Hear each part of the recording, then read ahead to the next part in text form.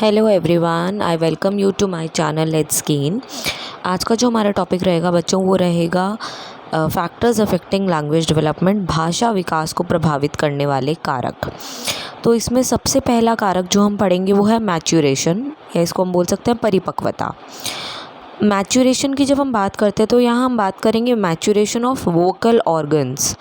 जो अंग जो हैं एक बच्चे को पढ़ने बोलने में मदद करते हैं, उनकी हम बात करेंगे कि उनका परिपक्व होना बहुत ज़्यादा आवश्यक है। अगर हम बच्चे के भाषा विकास की बात करते हैं तो वो ऑर्गन्स क्या क्या हैं? Lips, teeth, nose, ridge, front roof, back roof, front tongue, back tongue, vocal cords and lungs. So these are the organs which help in the development or of language in a child, and maturation of these vocal organ is very essential if we want the language development to be done properly. Then all the vocal organs and vocal muscle develop fully by this age. अगर हम बात करते हैं जो initial years होते हैं, धीरे धीरे जैसे जैसे बच्चा बढ़ना शुरू होता है वैसे वैसे उसके जितने भी ये वोकल ऑर्गन्स हैं उनकी मैच्योरेशन देखी जाती है, इनका विकास देखा जाता है। This has also been observe that language development follows a definite pattern. पहले भी हमने बात करी है डेवलपमेंट की, जो हमारी स्लाइड रही है उसमें भी हमने बात करी है कि जैसे जैसे बच्चे की एज बढ़ती है वैसे वैसे उसका विकास होता रहता है। एज अप्रोप्रिएट चेंज को हम डेवलपमेंट बोलते हैं। और इसमें हम ये बात करते हैं कि जो भी डेवलपमेंट होती है वो एक पैटर्न को फॉलो करती है। जो पैटर्न होता है वो सेम रहेगा हर एक व्यक्ति का, लेकिन रेट जो होता है वो डिफ़र हो सकता है और अपनी एज अकॉर्डिंग बच्चा जो है वो ग्रो करता है। तो ऐसे ही भाषा विकास के साथ होता है। इससे यह पता चलता है कि बच्चा जो है वो सिर्फ इमिटेट नहीं कर रहा दूसरों को, अपने बड़ों को सिर्फ कॉपी नहीं करता है, जबकि उसके जो ऑर्गन्स है उसका विकास होना भी बहुत ज़रूरी है, तभी बच्चे का भाषा विकास भरपूर तरीके से हो सकता है। सिर्फ एक कारक नहीं है जिस पे हमारे बच्चों का भाषा विकास आधारित है। एक कारक हमारा मैच्योरेशन है और आगे देखते हैं क्या क्या कारक है जिससे बच्चे का विकास प्रभावित हो सकता है या जिस पे निर्भर करता है बच्चे का विकास। दूसरा इंटेलिजेंस, बुद्धि। हाँ जी, तो बुद्धि पे भी बच्चे का जो विकास है वो बुद्धि भी उस पर बहुत प्रभाव डालती है। Every child has different potential to interpret the meaning of various symbols. We know that each and every individual is different. हर एक व्यक्ति एक दूसरे से भिन्न होते हैं, तो उसी तरीके से उनका जो IQ है, उनका जो इंटेलिजेंट क्वेश्चन बच्चों का जो रहता है वो भी अलग अलग होता है। कोई बच्चा आपका गिफ्टेड रहेगा, कोई मिडल एवरेज को बिलोंग करेगा, कोई मीडियोकर होंगे, कोई बिलो एवरेज होंगे। तो उनका शब्दों को अर्जित करने का जो, या सिंबल्स को जो एक्वायर करने की जो उनकी नॉलेज, उनकी जो पोटेंशियल है, क्षमता है, वो भी वेरी करती है because there are individual differences. और ये जो लैंग्वेज डेवलपमेंट है ये किस पे निर्भर करती है? हमारी बुद्धि पे, इंटेलिजेंस लेवल पे भी एक बच्चे की हमारी जो भाषा का विकास है वो निर्भर करता है। Some children learn things slowly in initial stages but they show a rapid spurt later. कई बच्चे बहुत धीमी गति से इनिशियल ईयर्स में करते हैं, बट एकदम से हम कुछ सालों बाद अगर उन्हें देखते हैं तो बहुत रैपिडली, बहुत स्पीडली वो चीज़ों को पकड़ते हैं। तो बुद्धि जो है परिवर्तनशील होती है, जैसे जैसे हमारी एज बढ़ती है, जैसे जैसे हमें एक्सपोजर मिलता है वैसे वैसे हमारी इंटेलिजेंस भी ग्रो करती रहती है। Some students show greater interest in learning to speak but they feel difficulty in understanding expressing linguistic symbols. तो ऐसा ज़रूरी नहीं है कि हर एक बच्चा चारों कौशलों में मास्टरी गेन कर लेगा। हर एक बच्चा लिसनिंग में भी अच्छा होगा, स्पीकिंग में भी, रीडिंग में भी, राइटिंग में। It is not necessary. Each and every child has a potential to interpret. Each and every child has a different calibre, और उसका अपना अलग अलग इंटरेस्ट होता है। कई बच्चे शायद राइटिंग में अच्छे होते हैं तो स्पीकिंग में उतने अच्छे नहीं होते, तो हमें बच्चों को कंपेयर नहीं करना चाहिए। और यहाँ पे हमने बात करी कि इंटेलिजेंस एक बहुत महत्वपूर्ण कारक है जो बच्चे के भाषा विकास को प्रभावित करता है। दूसरा, शारीरिक स्वास्थ्य। ये हमने फर्स्ट पॉइंट में भी डिस्कस किया कि अगर बच्चे के कोई भी ऑर्गन्स सही तरीके से डेवलप नहीं हो पाए हैं तो उसका प्रभाव उसके भाषा विकास पर देखा जाता है। अगर सपोज़ उसके लिप्स या उसके टीथ या उसकी टंग में कोई डिफॉर्मिटी है तो उसका प्रभाव हमें उसकी लैंग्वेज डेवलपमेंट में देखा जाएगा, जो हमने डिस्कस किया था स्पीच प्रॉब्लम्स वाले टॉपिक में भी। The physical organ which are responsible for speech affect the development of speech.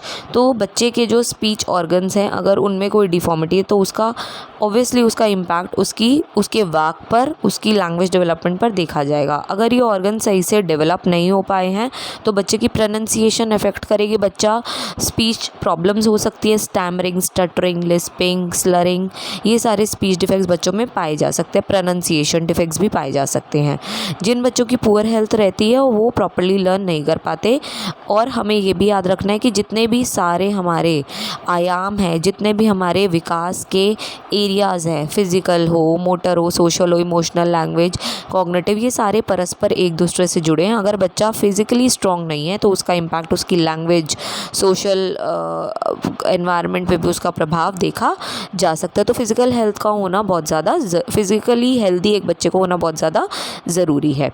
Next बच्चों, फैमिली एनवायरनमेंट, परिवार का वातावरण कैसा है, क्या बच्चे को एक्सपोजर दिया जा रहा है भाषा विकास के लिए, क्या उसको फैसिलिटीज़ प्रोवाइड की जा रही हैं, क्या उसको इनकरेज किया जा रहा है, क्या फैमिली एक्सपोजर है, कैसी फैमिली है, जॉइंट फैमिली है, न्यूक्लियर फैमिली है। क्योंकि अगर न्यूक्लियर फैमिली है, पेरेंट्स वर्किंग है, चाइल्ड रियरिंग प्रैक्टिसेस से भी आप देख सकते हैं they are not giving time to the child. लेकिन on the other hand joint families है तो अगर एक बिज़ी है तो दूसरा बच्चे के साथ वार्तालाप कर रहा है। जितना बच्चों को इनिशियल स्टेजेस में उनके साथ कम्युनिकेट करोगे, उनको इनकरेज करोगे, उतनी उनकी लर्निंग अच्छी होगी, उतनी उनकी लैंग्वेज डेवलपमेंट फास्टर होगी। तो लैंग्वेज डेवलपमेंट के लिए फैमिली का रोल बहुत इंपॉर्टेंट रहता है। अगर हम बात करते हैं तो how do they communicate with him, एक बच्चे के साथ माता पिता, अभिभावक या उसके जो परिवारजन हैं और भाई बहन हैं, उनका स्वभाव कैसा है, कैसे उसके साथ कम्युनिकेट करते हैं, अच्छे तरीके से बोलते हैं तो बच्चा भी वही सब सीखता है। तो because children imitate their family members.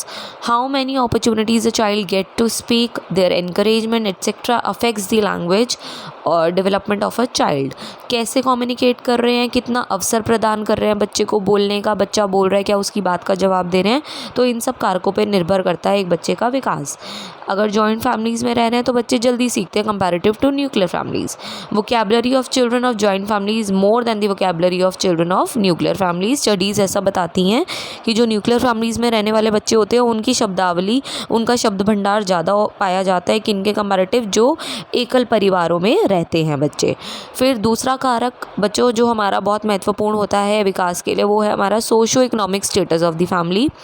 एक परिवार की सामाजिक आर्थिक स्थिति, किस समाज से बिलोंग करती है फैमिली, कैसी उसकी आर्थिक स्थिति है, क्या हाई इनकम ग्रुप को बिलोंग करती है, मिडिल या फिर लो इनकम ग्रुप को। अगर हाई इनकम ग्रुप को बिलोंग करेगी तो वो ज़्यादा अपॉर्चुनिटीज़, ज़्यादा अवसर प्रदान कर पाएगी, हर एक फैसिलिटी अपने बच्चे को दे पाएगी, बुक्स का एक्सपोजर, लर्निंग एनवायरनमेंट का exposure, language rich environment provide कर पाएगी, अच्छे ट्यूटर्स हायर कर पाएंगी। तो ये बहुत सारे फैक्टर्स हैं। Next, they get better environment. High income group families comparative to low one get better environment, better opportunities, better school teachers, so automatically their language development is also good. They speak correctly and they have a rich vocabulary. अगर परिवार इतनी सारी facilities दे रहा है तो जाहिर सी बात है बच्चे को एक्सपोजर ज़्यादा मिलेगा तो उसका शब्द भंडार भी बढ़ेगा और वो जल्दी एज अप्रोप्रिएटली चीज़ों को सीख पाएंगे। नेक्स्ट बच्चों, लव एंड केयर। परिवार, एक बच्चा स्पीच डिले है या ऑटिज़म है, दोनों अलग अलग टर्म्स हैं। आगे हम इसके बारे में भी डिस्कस करेंगे अब आगे फर्दर वीडियोस में।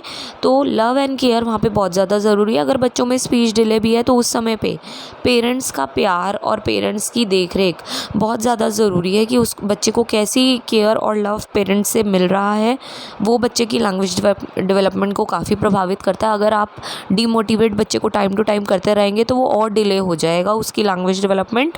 अगर बच्चा स्टैमर कर रहा है, स्टटर कर रहा है, लिस्पिंग इशू है तो मजाक नहीं बनाना उस समय पे किसी को भी, उसको प्यार देना है, स्नेह देना और धीरे धीरे वो उस डिफेक्ट से उभरेगा।